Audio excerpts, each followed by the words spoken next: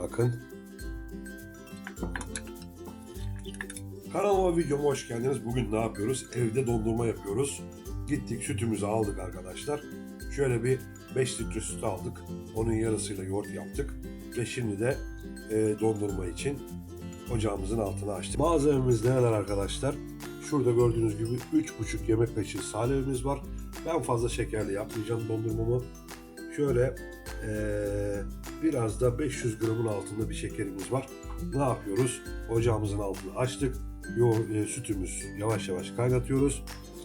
Ve salevimizin içine hemen hemen bir su bardağının yarısı kadar şekerimizi döküp güzelce karıştırıyoruz. Şöyle salevimizle şekerimiz güzelce karışması lazım. Biraz sonra bunu sütümüz kaynadıktan sonra yavaş yavaş sütümüzün içine dökeceğiz. Evet, yaklaşık yarım saat 40 dakika sütümüzü kaynattık. Sütümüzün içindeki suyu ayrıştırdığımı düşünüyorum. Bakın süt biraz daha koyu gibi oldu. Şimdi ne yapıyoruz? Şimdi salep'le karıştırdığımız şekeri sütümüze veriyoruz. Evet, çırpma telini elimize alıyoruz. Çünkü çırpma telinle çırpa çırpa üstüne yavaş yavaş salevimizi koyacağız. Başlıyorum, bismillah.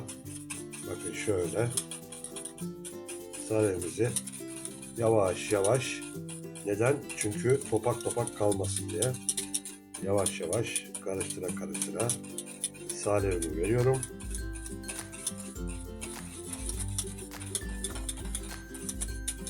Karıştırma işlemine devam ediyoruz arkadaşlar. Bırakmıyoruz.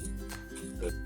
Çok güzel bir evde Maraş dondurması olacağına eminim. Biliyorum uzun videolar sizi sıkıyor. Bu biraz uzun video olacak.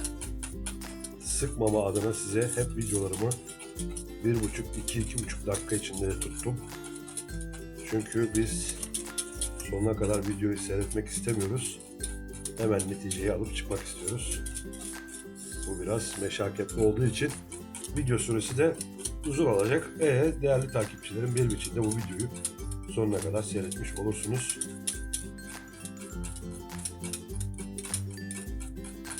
Bu meşakkatli işe de bir like, bir abone, bir beğeni gider diye düşünüyorum.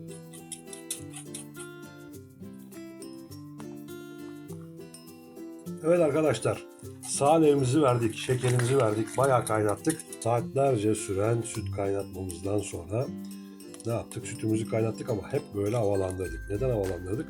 Sütün içindeki sulardan arındırdık. Ne yapmıştık? Salebimizle şekerimizi karıştırıp sütümüzün içine boşaltmıştık kaynadıktan sonra. Ve arkadaşlar, şu 5 dakikada dondurma, 10 dakikada dondurma, hemen dondurma gibi videolara inanmayın. Gerçekten zamanınız varsa ocağınızın yanına bir sandalye çekin ve bunu devamlı karıştırmak zorundasınız. Gördünüz mü? Böyle bir kıvama gelmesi için bayağı bir zaman geçti. Şöyle kepçenin arkasını göstereyim size. Bu ne demektir? Yani kıvamında. Gerçekten dondurmamız kıvamına gelmiş. Bakıyorum bazı videolara, insanlar tıklıyor. 5 dakikada dondurma, 10 dakikada dondurma. Öyle bir şey yok arkadaşlar. Şöyle biraz daha karıştırdıktan sonra ocağımızın altını kapatacağız. Ve dondurmamızı kenara alacağız. Arada sırada şöyle havalandırıp oda sıcaklığı haline gelince buzdolabına koyacağız. Buzdolabına koyduktan sonra her 2-3 saatte bir dondurmamızı çıkaracağız tenceremizden. Tahta kaşıkla çevireceğiz, katlayacağız ve yeniden dolaba koyacağız. Ondan sonra bu birkaç aşamadan sonra dondurmamızın bitmiş haline geleceğiz. Maraş dondurmamızı gördüğünüz gibi yaptık. Çok az kaldı. Şöyle içindeki suyu sütten arındırmak için bu işlemleri yapmak zorundayız arkadaşlar. Öyle 2 saatte 3 saatte bitiyor ediyor falan filan olayı yok. Çünkü bakın şu duruma gelmesi için bayağı bir şöyle havadan kepçeyle alıp boşaltma işlemi istiyor. Sakın bunu unutmayın. Suyu sütten arındırma işlemidir bu. Şimdi bir 5 dakika daha bu işlemi yaptıktan sonra dondurmamı ocağın üstünden alacağım. Evet arkadaşlar, videomda dediğim gibi bakın. Dün kaynattım sütünden suyunun ayrıştırılması bayağı bir saat sürdü. Yani 5 dakikada dondurma, 10 dakikada dondurma. Bakın gerçekten de böyle arada 3-4 saatte bir çıkarıp buzdolabından, yani buzdolabından demeyeyim de, böyle dondurmanızı karıştırıyorsunuz. İçindeki havayı alıyorsunuz ve yeniden dolaba atıyorsunuz. Gördüğünüz gibi böyle yaptıkça daha güzel olacak. Sizin de aklınızda kalsın. Kaynatma aşaması bir 3-4 saat sürüyor. İçine salep ve biraz şekeri verince ta böyle sertleşene kadar videomda gördüğünüz gibi kaynayacak. Ben başında bayağı bekledim. Gerçekten siz değerli takipçilerime gerçek bir dondurmayı göstermek için. Şimdi yeniden dondurmamı buzluğuma koyuyorum ve yeniden bunu defalarca yapıyorsunuz. Ta iyice donana kadar. Ondan sonra dondurmamız bitmiş demektir. Dondurmamız bitti. Dün bu saatlerde, yani bu saatlerde benim de 1-2 saat daha erken başladım. Süt kaynatmaya başladım. Dondurma yapımına başladım videom. Bugün bitti. Çok aşamadan geçti. Yani her zaman söylüyorum. Bugün üçüncüye söylüyorum. O 5 dakika dondurma, 10 dakikada dondurma, onlar evde dondurma yapanlar için hikaye. Öyle bir şey yok.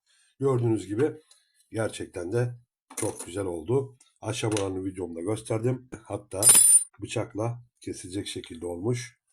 Bakın. Bunu devamlı dün geceden beri kepçemle içindeki havayı alıp güzelce karıştırıp tekrar buzluğuma koydum ve sonuç bu. Şöyle güzelce yapanlara şimdiden ne diyeyim, ben afiyet olsun diyeyim. Gerçek dondurmayı, gerçekten Maraş dondurmasını yaptık gibi bir şey. Gördüğünüz gibi şöyle tavama alayım. Evet. Tadı harika olmuş. Sofranızdan bereket, mutfağınızdan harika kokular eksik olmasın. Bir sonraki tarifte yine bu mutfakta görüşmek üzere. Kendinize iyi bakın, hoşça kalın. Videomu izlediğiniz için herkese çok teşekkür ederim.